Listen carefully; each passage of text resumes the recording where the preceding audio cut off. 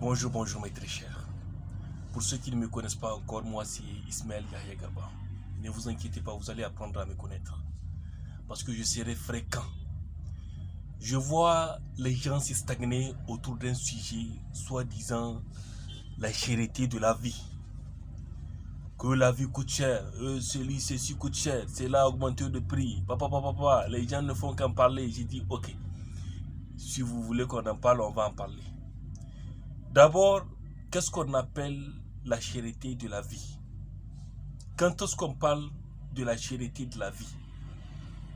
On parle de la chérité de la vie quand des articles augmentent de prix. Quand certains articles, bien sûr, quand certains articles ne sont plus à la portée de main. Quel genre d'articles? Les articles qui nous permettent de survivre. Si par exemple aujourd'hui, une voiture ou une moto augmente de prix, on ne parle pas de la chérité de la vie.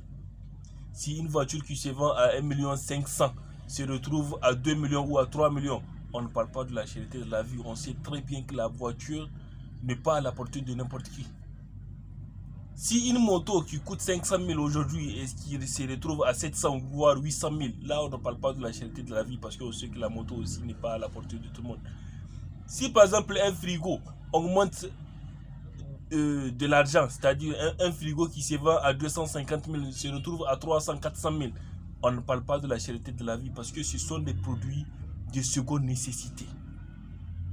On parle de la chérité de la vie quand le maïs augmente le prix. On parle de la chérité de la vie quand le riz qu'on mange augmente de prix. On parle de la chérité de la vie quand le sorgho augmente de prix. On parle de la chérité de la vie quand l'huile, les tomates, les poivrons, tout ce qu'on a besoin pour survivre augmente le prix. Là, on parle de la chérité de la vie parce que ce sont des produits de première nécessité. Oui, mais avant que les gens en parlent de la chérité de la vie, il faut chercher un tabouret. Vous allez vous asseoir, on va s'expliquer. La plupart des matières qu'on utilise quotidiennement, c'est-à-dire que ce soit les huiles, les arômes, les tomates, les conserves et bien d'autres, ce ne sont pas des produits qui sont fabriqués ici en Afrique. La plupart du moins sont importés. Ce sont des commerçants qui partent pour importer ces produits. Et sachez très bien que ces produits-là, les commerçants ne les amènent pas sur les têtes. Le commerçant ne pose pas les produits sur la tête pour quitter depuis Cotonou pour venir avec ça au Mali, ou bien au Niger, ou bien au Burkina. Il faut payer le frais de transport. Il faut payer la douane. Il faut payer les taxes. Il faut payer les dockers, les gens qui vont prendre pour charger. Quand vous amenez ça, il vous faut un magasin pour stocker les produits. Si vous n'avez pas votre propre magasin, il faut louer un magasin. Tout ça là, ce sont des charges qui vont s'abattre sur le produit. Si par exemple le client paye un sac de riz en Chine, il paye ce sac de riz à 10 000 francs. Les taxes qui vont s'abattre sur le sac de riz avant qu'il puisse être acheminé jusqu'en Afrique, jusqu'à chez vous, le sac de riz peut se retrouver à 25 000 francs. Et sachez qu'aucun commerçant ne va vendre sans gagner de bénéfices. Donc, toutes ces charges-là qui vont s'abattre sur les produits, c'est le consommateur de payer. C'est au consommateur de payer. C'est pour ça que les produits augmentent de prix.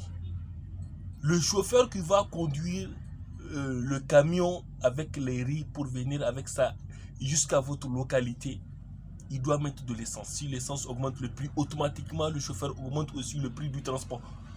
Automatiquement le produit augmente. C'est comme ça que ça marche. C'est toute une chaîne d'acheminement. Donc arrêtez de vous plaindre. Depuis, on vous dit il faut entreprendre. Il faut entreprendre.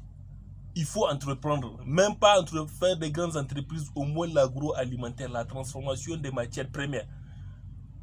On voit en temps de culture, c'est-à-dire en temps de culture, les enfants jouaient avec des tomates. On voit les enfants jouer le ballon avec des mangues. Mais pourquoi ne pas prendre ces produits et les transformer, les conserver pour qu'on puisse les utiliser même après la saison? 1 mois, 2 mois, on va commencer à faire acheminer les tomates. Les gens vont crier la vie coûte cher. 1 mois, 2 mois, on va commencer à acheminer les mangues ou bien les jus de mangue. Les gens vont crier oh la vie coûte cher. C'est normal. Il faut que les entreprises ou bien les gens qui ont un peu de moyens puissent investir dans l'entrepreneuriat, puissent investir au moins dans l'agroalimentaire. Il ne faut pas se limiter à payer des grosses voitures ou bien à construire des grosses maisons. Tout ça là c'est bon. Mais il faut mettre la main dans la poche pour investir et puis nourrir le peuple. Sachez qu'aucun peuple qui n'est pas capable de se nourrir soi-même ne peut pas espérer ou bien ne peut même pas rester sur le chemin du progrès.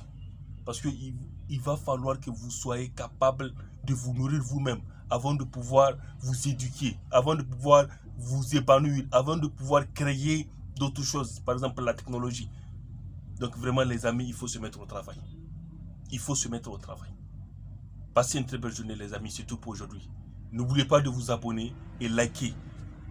Ouais, parce que ça me donne le courage de continuer. Sinon j'arrête.